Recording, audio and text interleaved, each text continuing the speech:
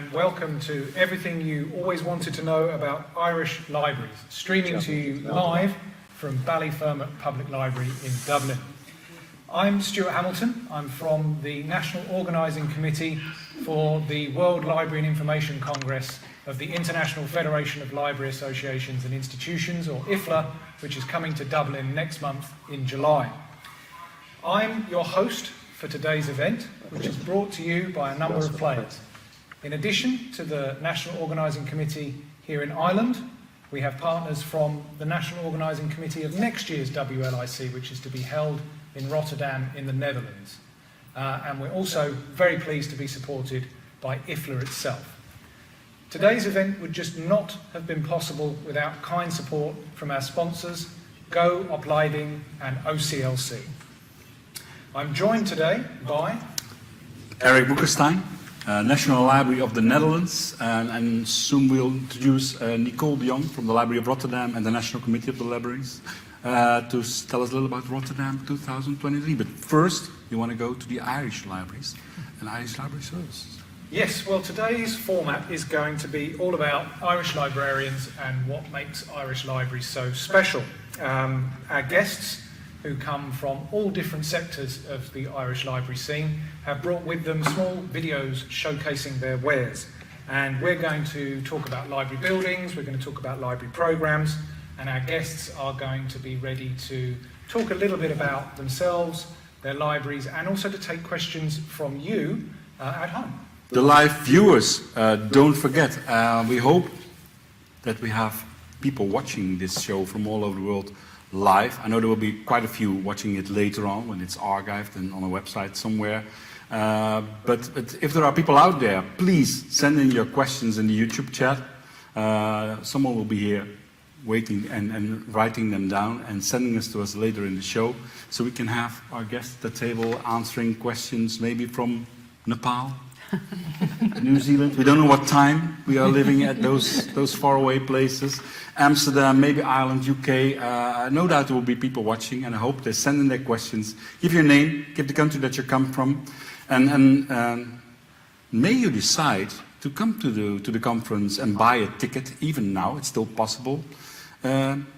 Just let us know. Send in the message board, and when you buy the ticket, and say, "I know everything." Then we will know that you're there. We will sure treat you, give you something special then. So this is it. Let's open up. How do we open up? Well, we're going to open up by hearing a couple of words from our colleagues at IFLA. We're going to hear a welcome message from our IFLA President Barbara Lison, and then we're going to hear a short introductory welcome from Philip Cohen, who's the chair of the National Organising Committee for Ireland. Inspire, enable, engage, and connect. This is the theme of the 87th World Library and Information Congress. I'm so happy that especially the word connect is a symptom for what we are going to do, because we are going to connect with each other in person. After the Congress in Athens 2019, this is the first Congress where we will meet each other again. I'm so thrilled that we can have this Congress, and I'm so thrilled that there are already so many registrations of people who come, who will be there and who will meet me and other colleagues in the wonderful Congress Centre of Dublin in Ireland. The professional units, the regional units, and many others have arranged a wonderful program, a wonderful, interesting program. And also the enthusiastic colleagues of the National Committee of Ireland and also other colleagues in Ireland have arranged a wonderful Congress for you. I hope that we will have a great Congress, that we will meet, that we will have fun, that we will learn, and that we will exchange our knowledge, that we will exchange also our insights, which we get there. Imagine, it's only 35 days away from now, and when you count it with 24 hours per day, it is 840 hours when we will meet. So please come to the Congress in Dublin and let's meet and I will see you in 840 hours. All the best and safe travels to Dublin. See you there. Hi there. My name is Philip Cohen and I am Chair of the Irish National Committee, helping to organise the IFLA World Library and Information Congress taking place in Dublin this July. Dublin is a UNESCO City of Literature, the home of Oscar Wilde, James Joyce and 4 Nobel laureates. It is also home, of course, to the iconic Old Library of Trinity College and a number of other world-class libraries. Other well-known attractions in the city include outstanding cultural institutions, all centrally located and accessed free of charge, plus classic architecture, parks and open spaces, Temple Bar and the Guinness Storehouse. Dublin itself is a vibrant English-speaking capital city in a liberal European country with an open society. A city and country that are easy to access, easy to get around and easygoing too. As you will see, Ireland has many new and exciting libraries to visit with lots of innovative services to learn more about. There is widespread support from all library sectors for the Congress to come to Ireland, and there is a great buzz in Dublin itself, keen to welcome so many librarians to the city. So, visitors are assured of Céad Míle Fáilte, 100,000 welcomes. Thank you. You're here. So it's now time to get into the meat and drink of our programme. It's time to meet our guests. And in our first section, we're going to talk a little bit about library buildings, libraries themselves, and just how lucky we are in Ireland to have some really wonderful libraries, which we hope people will come and visit in Dublin. Our first guest is Domitilla Fagan from the Lexicon in Dunleary. The Lexicon is really a truly fantastic public library. It's just down the road from my house, so I love it even more. And we're going to see a short video on the Lexicon, and then we're going to hear from Domitilla about what makes it so special.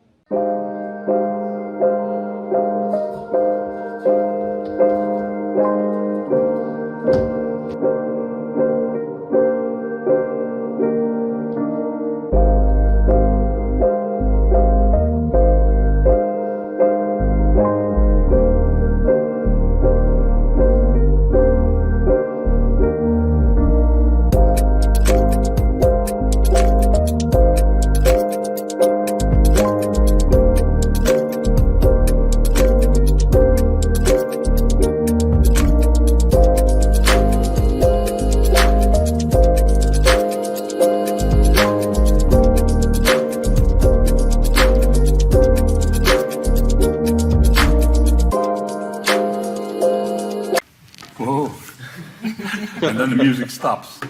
We're going back live, I think. What an amazing library. If you see me looking at my phone every now and then, it's because I receive questions from you online, watchers, wherever you are. I have people from Azerbaijan, Florida, Carolina, Iran, Belgium, so there's already quite a few people hanging in there. Please send in your questions for our guests. You just saw the video of this magnificent library, and no doubt you want to know more. What a place. You must be very proud. What? I have to ask you, of course, a little tricky question. If you imagine you would be given, you win the lottery, and you would have to change something about this magnificent place in the next 2 years or 1 year, what would be on your dream list to change and to improve upon? Well, that's a difficult question, I think, but certainly, as you saw, the Lexicon is a very impressive building. It's the biggest public library in Ireland. We're very proud of it, of course. As you noticed, following COVID especially, we found a challenge on how to bring back library users, people to our library. And certainly a focus now will be on the outdoor space. You saw some of the outdoor space we have there. We have a beautiful Moran Park. We have beautiful views of the Dublin Bay across. So we are looking at going out as well again and getting a better use of our outdoor space. So I think the building itself inside is as best as we can have at the moment. But certainly a couple of focus is the outdoor space, and certainly as well the energy efficiency of the building is going to be a big focus for us, because at this stage the building was built and completed in 2014. So it's a floor space of 6,400 square meters. Over 5 levels, and from a maintenance and sustainability of the building, if we win the lotto, there's plenty we can do with that, maintain what we have, but to make sure that it's going to be more energy efficient and that we can spread out our wings outside as well of the building. And just, maybe we don't have time to go into detail, like we can only do an introduction to Irish libraries. So I would like 2 little things. How do you feel yourself? How is your communication with the rest of people in Irish libraries, other Irish libraries? Do you have a sort of a line that you share, maybe via Stuart, I don't know, that you share knowledge and that you learn from each other? Oh, well, absolutely. First of all, since the Lexicon has been built, we have had loads of librarians visiting the building. And of course, through Stuart and his team in the LGME, we always liaise with all, certainly first of all with the library staff in other public libraries. But then, we are part of forums and groups with other libraries and academic librarians. So we are a small community, Ireland is not a huge country, and the library staff and the library world is a small world. But I think what is fantastic is, talking about public library here, that this building is a free space for people of all ages. It's an open space. Everybody can come in. You don't need to be a member. You don't need a subscription, and you can avail of all the services. And apart from a big building like this, we also have loads of smaller libraries across our county, across the country, which offer fantastic services locally. So. Well, thank you so much, Stuart. I hope to have some questions later on after 2 other examples that we have to combine them, and I would say let's go to the next example. Yeah, well, thank you, Domitilla. I mean, from public libraries, we're going to move to special, dedicated libraries, and I'm very happy to welcome as our second guest, Catherine Smith from the RCSI Library Services at the RCSI University of Medicine and Health Sciences. And we're going to show a good video so that you guys get a bit of an idea of what the library services at RCSI is all about.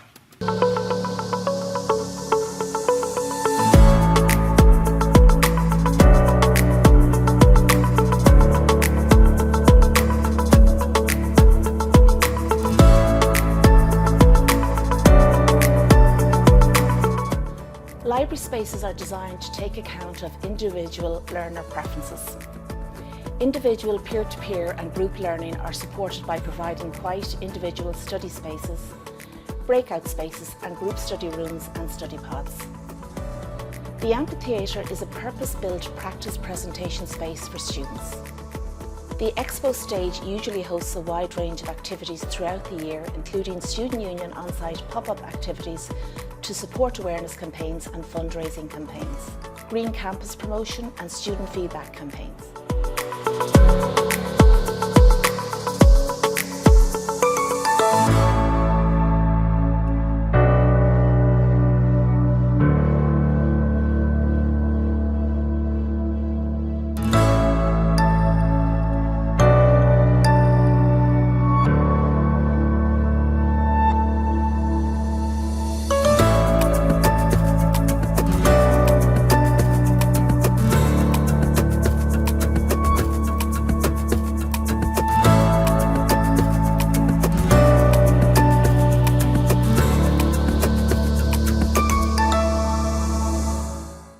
What a lovely little video. Thank you. And a beautiful, beautiful space. I'm always very curious to academic libraries as well. Yes. In the Netherlands, I work mostly with public libraries. Sometimes academic libraries come my table with a question. And one of the questions that I get from academic libraries is, how do you involve the students in creating your spaces? Maybe that's a difficult question, I don't know, but that's something that is the changes of the students, the wishes and the demands of the spaces. How do you translate that in this great design? Yeah. So in planning this space, I suppose just to say that the library exists within 3 floors of an overall 10-storey building at 26 York Street. Okay. So it's a completely student-centric building, so student voice is very important in the design of the building and the library spaces. So there were workshops with students in the planning phase, and then I joined the team in 2016, just as we were planning it's really kind of getting into the detail of planning the space and the service. So engaging quite proactively with our student union, keeping them excited about the space. We had a lovely chair fair to get their feedback on possible furniture styles that we bring into the space. And their voice was very important in that, because some of the furniture we thought would work, they clearly indicated they weren't interested in it, and then furniture we weren't so sure about, they really loved. So quite a lot of that furniture that you saw on the link bridges, where they're within but also kind of have a private space, is very popular with them as part of that chair fair. And then we've engaged with them throughout, I suppose, our lifetime in the building. We're celebrating 5 years in the space this summer. And worked with them around the zoning, Yes, expected behaviours for collaborative, for quiet, for silent study, and reviewed that with them annually. We've worked with them on, we have seat hogging issues, as many of my academic colleagues will share that pain. And we've worked with them on a shared kind of a fair space for all campaign, and new agreed policies, but bringing their voice and concerns about the existing policy and trying to work with them about resolving those issues. And then listening to their feedback around, trying to enhance and increase number of individual study spaces, changing the use of spaces in different times of the year to suit kind of what their needs are, so sometimes slightly more social, and then as we move into the exam phase, more focus on individual deep learning. And actually, maybe you don't have time for I want to know more. Like I said, during especially COVID, and now we see the rise in housing prices and everything else, the space that students have are smaller and smaller. So basically, what I learned from other countries where I go is that the library space, the academic library space, is packed. There's hardly ever never enough room. It's always busy, and even during COVID, that demand for access to the physical spaces never went away, and we just had to carefully manage it in line with campus COVID guidelines. But I think, as I mentioned, we're part of a much larger building, and the architects included within that space other individual learning spaces, so they're dispersed throughout the building. That's great. And so it is completely student-centric. There's lots of spaces for them to hang out, to move outside the library for deep learning, to move outside the library for peer-to-peer learning as well. And the availability of those spaces will vary during the year, obviously, with teaching and exams, but they have, the focus space is there in the library, but they have the opportunity to spread out and disperse a little bit more as well, which is great. Have one more or not? Go on. Just because I'm always like, we talk about the physical building, but we also have the online space. To me, library is a philosophy, a space in your brains. Absolutely. Is that working in your students? Well, Did I see the library as a peer? I think it's a bit of both. I think definitely, I suppose undergraduates, it's very much undergraduates using and making use of our spaces. We've lured in, as part of the new build, a dedicated postgraduate reading room as well. So they would have been, you know, they're heavy users of our online content or research console services, but it's to start bringing them into the space as well a little bit more, and figuring out how do we tailor library spaces to other cohorts as well. Excellent. Well, I'm hoping for some more live questions. I see some messages coming in. We have more than 120 viewers already from around the world. I don't know, different time zones, quite interesting.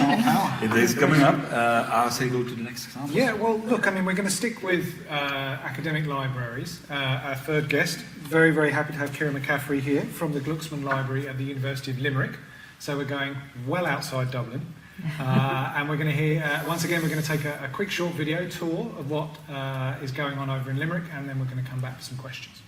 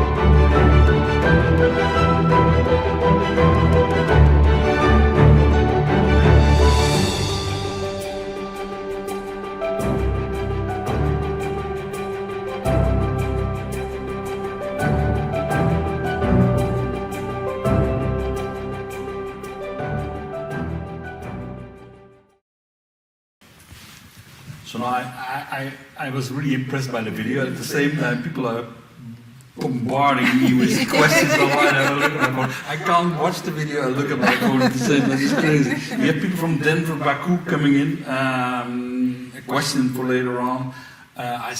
With the National Library, we just building a new archive somewhere away from the city center, but on a cheaper location to put the ground climate time. So when I'm looking at this, I'm really impressed, and I'm sure some people in our library wanted to have a look at this. We get a lot of visitors. Space. Yeah, it is. Yeah. So that machine that you saw there is an automated storage and retrieval system, and it's the most efficient way of storing books, as opposed to compact shelving or conventional shelving. It takes up a very small footprint in a building, but has very high capacity. So our system has the capacity for 500,000 items, which in theory we could put our entire library print collection into it, but we don't.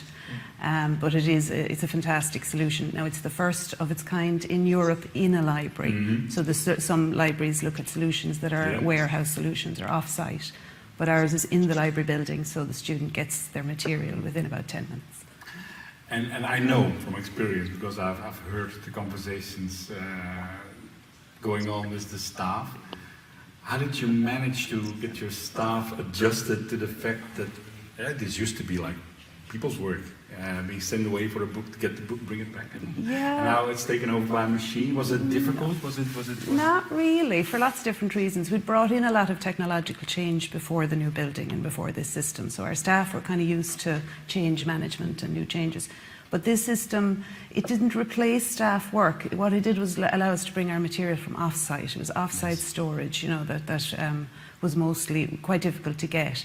So it wasn't that we had staff, you know, out off-site. So it actually, really, it gave the team, the library attendant team, a new purpose in dealing with the material. Now, we only put low-use material into it. We don't put the high-use material in. So that means it's not called upon, you know, very, very frequently. And it's a really exciting piece of technology. So the staff, as change projects go, this was one of the, I would say, easier to accept because it is such a cool piece of technology and everyone could see the benefits of it immediately, really. And also for you, because like you said, you've already achieved this. Is there a wish list for you too that you want to bring in? Yeah, our wish list, I think our new building was a major extension of an original building and it doubled our library in size. So I think if we won the lottery, we would be looking at the existing building and refurbishing it and bringing it up to kind of modern standards. Because the new library is very modern, it's very technology enhanced. What the ASRS has allowed us to do is we have now spaces we have a data visualization lab, we have a maker space, audio and video recording spaces. We have a moot appellate law court that allows mock role play for our law students. So the system has allowed us to have very exciting, really technology advanced spaces in the building. So if we won the lottery, we would be applying those principles to the original building as well. Of course. And like I said, you already said the librarians went along pretty neatly with the plan because they were involved and they saw it happen. In the Netherlands and Belgium, we no longer have a library school, which is sad. We're trying to bring it back and trying to get some new modular educational programs running. Do you think Irish librarians are skilled properly with today's needs and demands or not? I suppose, like any library profession, they are and they aren't. I mean, they're because it's a small community, they engage internationally, I'd say. The Irish librarian profession is very outward facing. So existing librarians are very in tune with new technologies and emerging trends. But there is, of course, spaces like in data science, in digital humanities, those kind of spaces where I think it's much harder for existing librarians to build their skills. And we do need new recruits, not necessarily from librarian backgrounds, to join the library workforce in those specific areas, I think, yeah. I can hear exchange model. Send some Dutch Yeah. libraries. Yeah, well, that's one of the best things I think about IFLA in some ways, and the international networks is being able to connect people together. I'm very excited for Limerick because if everything goes to plan, then there'll be a new public library in Limerick That's right, yes. soon, yes, which yeah. could be a lexicon for the West, which would be really fantastic. That's right. So look, we're going to see if we have some questions from elsewhere in the world. Eric, you're I'm in trying charge to of look this at one. my phone. I have one question from Belgium, Geert Lievens, and he asked to public library. I think, can you visit the public library, but maybe also the academic library, online, virtually, through Google, whatever? Do you think he means in a 3D sort of sense? Yeah. Maybe? Yeah. Do we have any? Do we have any sort of library? Which are, can you virtually visit via Google Street View inside? No, we don't have. Okay, I'll But put that on the we do to-do have list. information shared on the Lieber building section. Okay. And also there's a Designing Libraries UK site, so there's lots of photos and information about our build on that as well. And we're looking at virtual reality and tours in virtual reality because we have that technology in the library now, but we're not there yet. Soon. I also have like comments, like greetings from New Jersey. People saying like Loida, our friend from the US, says the videos from libraries are an excellent. She's used to be president of the IFLA. Videos from libraries are an excellent feature. So they love their videos, which is great. Irish public libraries are recently using a new library system. What was the motivation for a new system and how inclusive? That's a difficult question. I think these It's more a question for us. It's true, actually. Ireland is a very interesting country from a public library perspective because we have a single library management system for the whole country, which is great. Is actually makes people jealous in other countries when you're trying to hook up 20, 30 different local authorities. So we have a single system, and the question is correct. We've just switched over. I was involved in sort of coordinating some of the work around the tender for that, but it's people like Domitilla and her colleagues who've been on the front line. You know what it's like when you swap a system. Yeah. So we've had a lot of learning curves on that, but it does give us Fighting. learning, Eric. Learning. But I mean, imagine one of the best things about it is I can borrow a book from any library in Dublin. I can go over to Mayo, where my in-laws are, where we we go. I can drop that book off at a library in Mayo, pick up another book that I've ordered from Donegal and return it in Clare. And it's just seamlessly done. So it's a very nice national system. So once again, if people want to know more about this system, they can call you. Well, we were going to give my number out, but we're not going to do that. Yeah, I mean, librariesireland.ie is our public library website, but of course, all colleagues here have got the details for all the services you've seen online. So I hope people will go digging for a bit more information. Yeah. Do we have more? We have librarians watching that. I think this is it for now. Like I said, I would have like a million more questions, but we have to look at the time. Yep. I think we're going to thank our guest, the first guest on the show, and ask them to take us away. And then, that's right. And then maybe Stuart, I want to ask you a question of what. Well, let's thank our guests. Thank you very much. We're going to shuffle the pack. Thank you. Yeah, Thanks so we've much. done some library Thank you very building, much. so let's shuffle the pack. I mean, yeah, there is so much going on. What did you want to ask me? Well, what I see when I follow, I love Ireland, so I follow Irish libraries. So I see a lot of this great service that we're going to talk about later on in the show.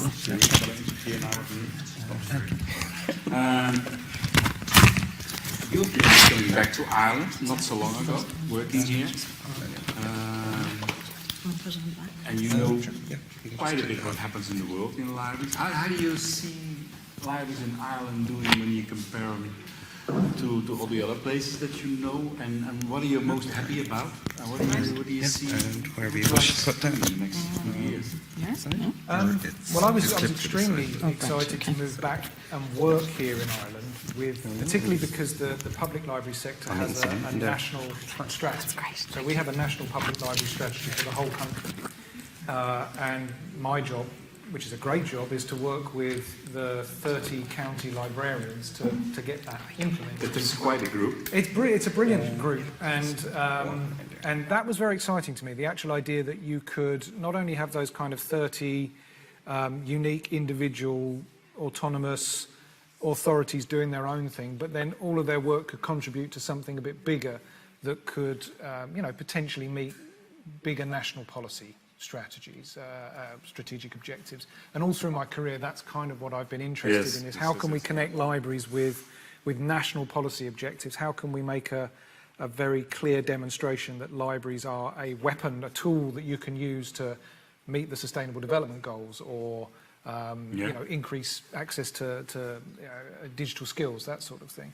So I think it is very interesting. And then I think when it comes to Irish libraries, and I think we've heard a little bit from colleagues, and even the fact that we're going to host IFLA shows that the country, the profession is outward facing, and is at a point in its library development where it wants people to come in and take a look. So I think that's super positive. Well, I think before we go over, because that's interesting, because we're gonna have the IFLA conference here in Barbara said it, a little more than a month. What do you look forward to? What are you happy about? What are you going to show to all the I don't know how many people are going to come. All the people who are still registering will say, I know everything. But all the people are going to come. Well, what are you most looking forward to? Well, I'm looking forward to the fact that many people are going to come. We have more than 1,600 registrations, I think, wow. which really, for a conference that's post-pandemic, and we were unsure on how it was going to go, I think that's really exciting. I mean, it'll be, for me, something like my 17th or 18th IFLA, maybe even more. So for me personally, seeing old friends again is really good. But at the same time, there's a few issues which I think are on the table at this conference, which I think are really important right now. So things like e-books and e-lending in public libraries and academic libraries. We saw during COVID, price rises, restrictive licensing terms. What are we going to do about that? That's going to be discussed at the conference.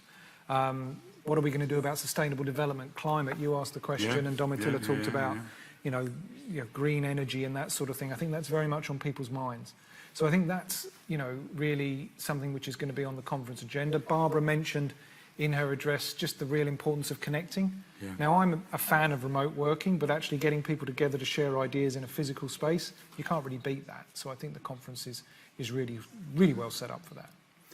Well, I'm just trying to, while I'm listening to you, I'm trying to figure out what Ireland, and I think it's still the case, as a demographic that's very young. It's a young people here in this country still. And I'm very much looking forward to how your libraries are responding to the changing needs for the young people. But maybe we can get into that later with. Well, I think our guests earlier sort of talked a little bit about the need to design library services for students after the pandemic. We talked about in public libraries the need in that outdoor space and the different sorts of services that you have to offer. We've been lucky to receive good investment in the public libraries in outdoor furniture and those sorts of things. So that's how I think people are going to expect to engage with their libraries in this kind of post-COVID sort of thing. But it's true, we also just did a fantastic national initiative in public libraries called Little Library Book Bags, where we connected with early learning centres and invited parents with young children to come down and pick up free books in a book bag. People always love that. But we saw something like, I think, nearly 10,000 new 4- and 5-year-olds join in a 6-week period. That's amazing. So really, really good. So we might hear a little bit more about reading and literacy in our next programme. Yeah. But I am noting that the two guests that we had Let's get them to the table. ready to go. We can talk for hours and hours to it, and it's not the intention of the show. Please sit down. Come on. So we're going to talk now a little bit about programmes. We did a little bit on buildings. I should say two guests, but I'm forgetting Nicole is also a guest because I've been hanging out with you all morning. So it's Nicole is from the Rotterdam IFLA conference, the National Organising Committee, and we'll talk a little bit more about that at the end of this session. But I'm joined here by two colleagues who are going to talk about library programmes that we've had in Ireland over the last couple of years. First, Isabel Courtney. We're going to hear about the L2L programme. So, as we've now established on our own programme here, we're going to see a video first that we're going to talk about. Hello and welcome to the PACT L2L Getting Started with Professional Development. My name is Isabel. And I'm Mary. This course is an initiative of the National Forum for the Enhancement of Teaching and Learning and the Library Association of Ireland, and is jointly recognised by both organisations. The Librarian-Specific Digital Badge is an adaptation of the National Forum's PACT commitment to professional development. As we know, librarian roles, not just in the education sector but in general, increasingly include teaching responsibilities, so we felt that there was a need for a specific course which focused on teaching from a librarian perspective.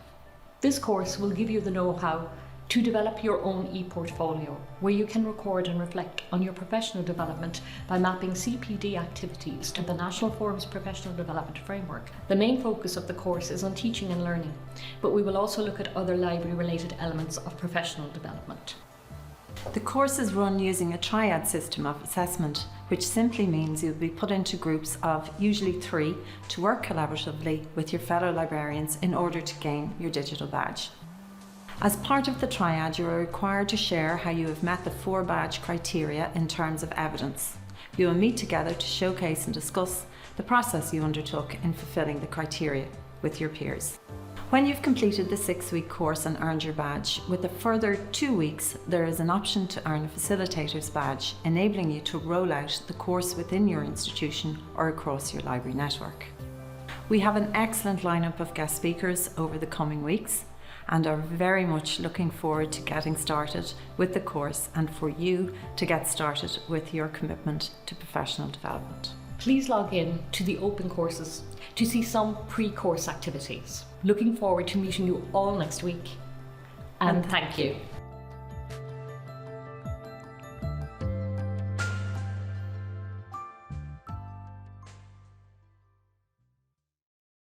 This is, to me personally, also to me personally, and I hope to the viewers as well outside, this is so interesting and so exciting and so needed.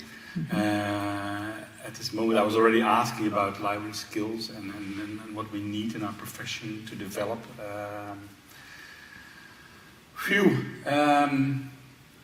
Where do I start? How did you come up with the idea, and how did you get to know what's much needed? Where do you get your members from to join in and then follow the program? Absolutely. So the idea came from actually participating in the course from the National Forum, which is the governing body for enhancement of teaching and learning in higher education. So it was lockdown, pandemic, time to do a lot of CPD, continuing professional development, and I signed up for the course, where my colleague Mary was one of the facilitators.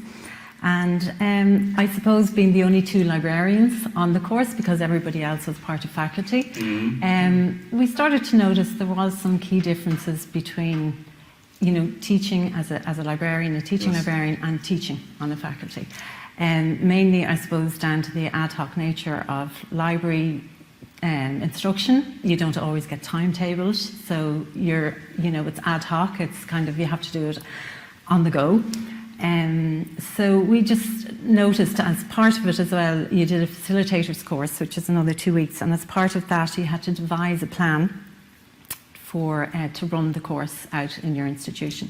So then we thought, there's a few gaps here that maybe we could fill, and why don't we run it out through the library network of the Library Association? And then we thought even better, because there's so much alignment between teaching and librarians, because we both are very invested in continuing professional development, we thought, why don't we look at 2 frameworks? We've got one, the library frameworks, and then the teaching framework, and combine the 2 of them. And so we pitched the idea to the LAI, and they wholly backed us, because it was going to be a jointly recognised badge. And luckily enough, the National Forum had a fund. Wow. Which, it's always handy. Yeah, exactly. So we applied for the fund, and it was granted. So that's how we started. Well, one of our sponsors, Co-opleiding, we have to mention our sponsors every now and then, is also working and looking very hard into developing modular courses and that sort of thing. So I know they're going to be probably getting back to you with more questions. Great. And the badges, how do the badges, is everybody already has a mindset that can work with the idea of badges as a certification? I think so. Increasingly, micro-credentials have become a big thing in education now, and right across, and particularly in continuing professional development. I think there was a great advantage as well of having that network through the libraries, where we weren't going back into our institutions and trying to say we want to run this course. It was easier to talk because we're great networkers, let's face it. We're really good. I'm part of the career development group as well, so it was very much on the radar. So we were able to use the career development group as a sounding board and then reach out to the network. But everybody was, you want some sort of proof. We all do professional development activities, but we don't record it. We don't reflect on it. So this particular course that the National Forum offers, when you come away from the course after 6 weeks, we've taught you how to build your e-portfolio. Yeah. And once you have your e-portfolio, there's no excuse. You have to just start recording and reflecting. So it's really good. I say, like I said, I could talk for another hour on this, but we have to move on. But know that I'm working on an idea for a European-wide educational platform, Lighthouse Library Academy. Okay. And I think it could be a very interesting idea to have some students from more European countries. I think that could be a collaboration. I can see something coming there. It would be really good, because like I said, the idea that I see like as you, the libraries come together, so you have like exchange models. You could have libraries working in Germany, some in Ireland. Yes, and we have plenty to talk about. Okay. No, we'll put that on the to-do list. That's fine.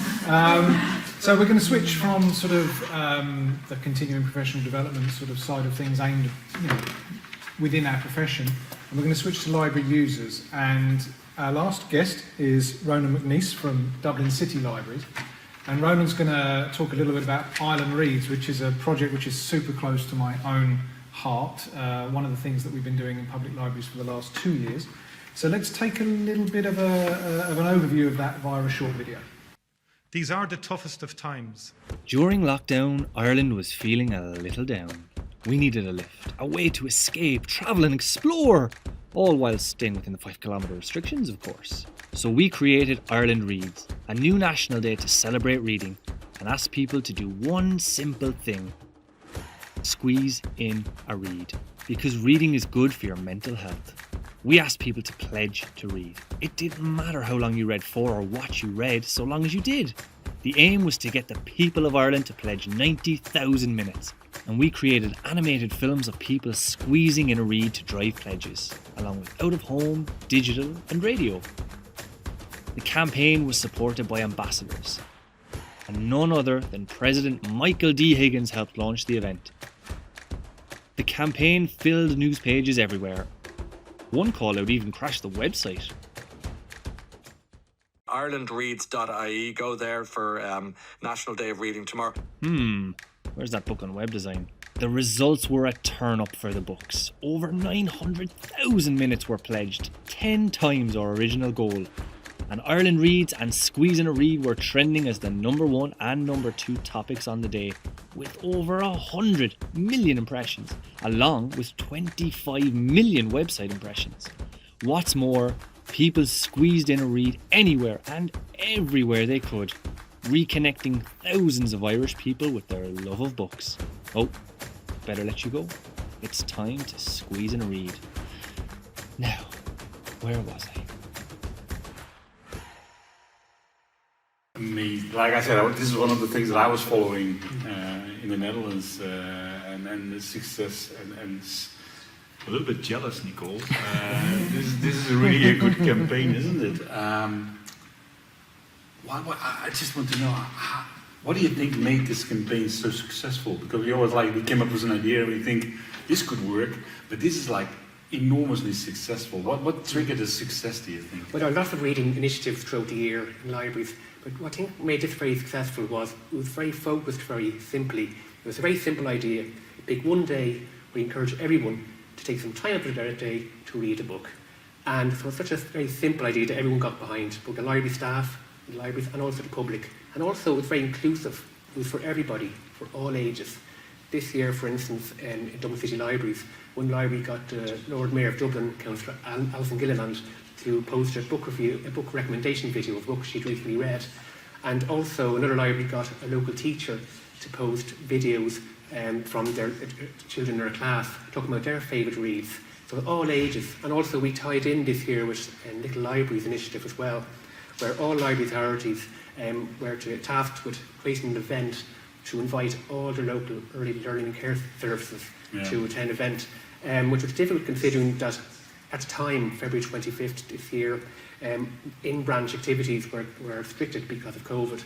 Yes. So we went the online route, and in Dublin we created a 20-minute video where we had a puppet called Clea visit a library and learn about the library service and enjoy puppet show and storytelling events from two brilliant library staff, Ciara and Laura.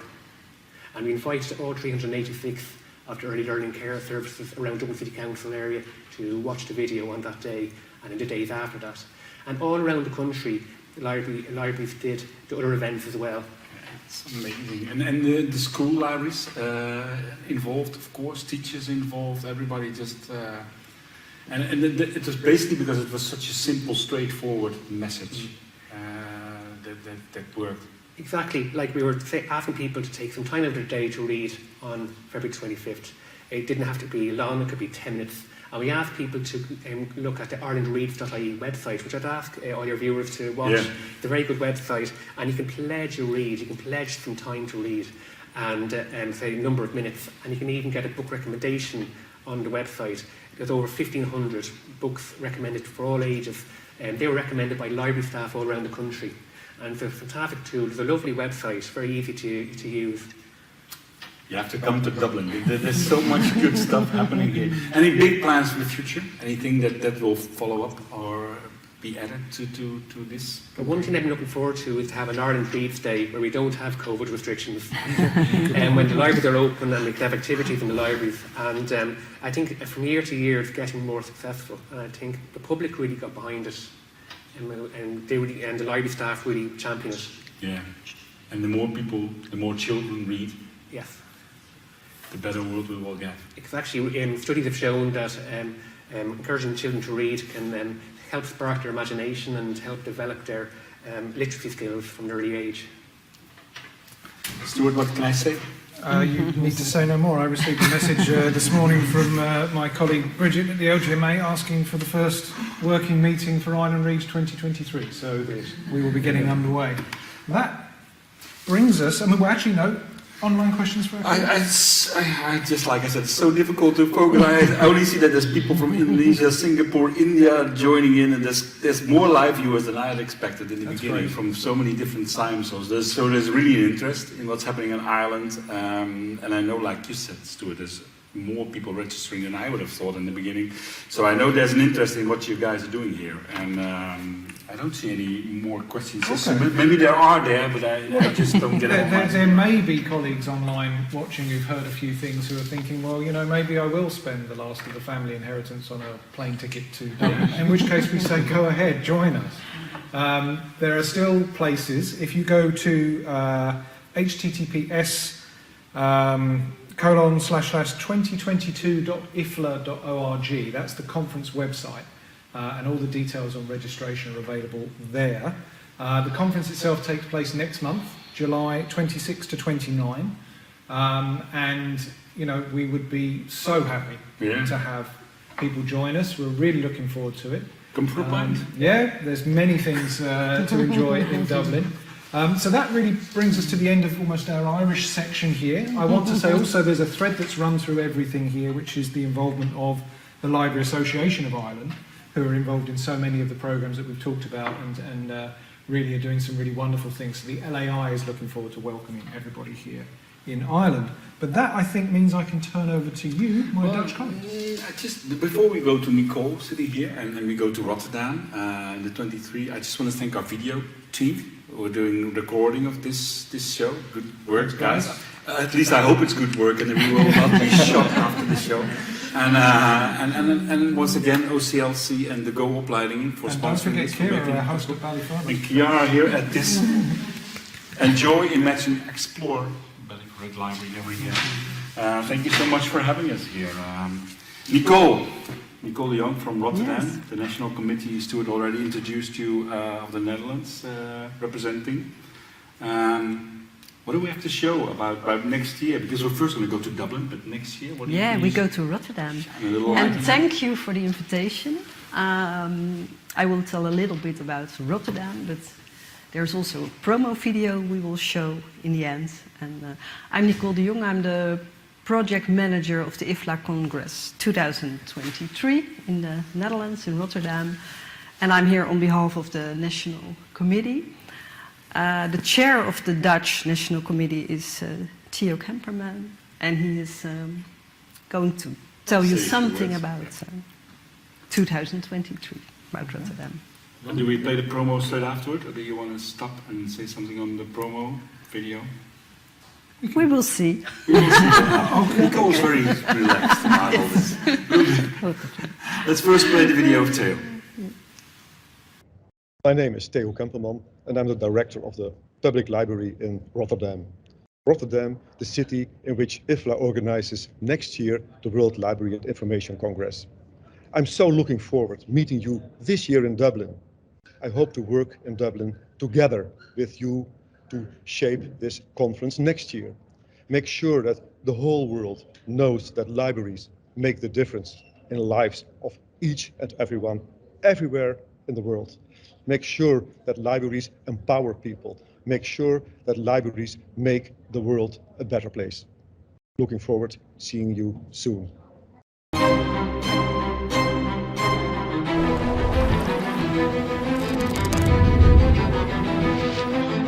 A city bursting with energy and creativity, young, dynamic, sparkling and diverse. Rotterdam is where everybody wants to be.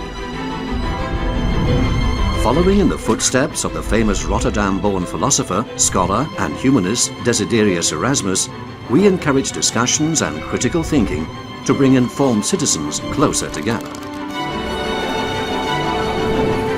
At the heart of all the action, immersed in the vibrant city, stands the Rotterdam Public Library, one of the largest cultural institutions in the Netherlands. The Rotterdam Public Library is a treasure trove for scholars and library officers from all over the world. Its vaults contain the world's largest Erasmus collection.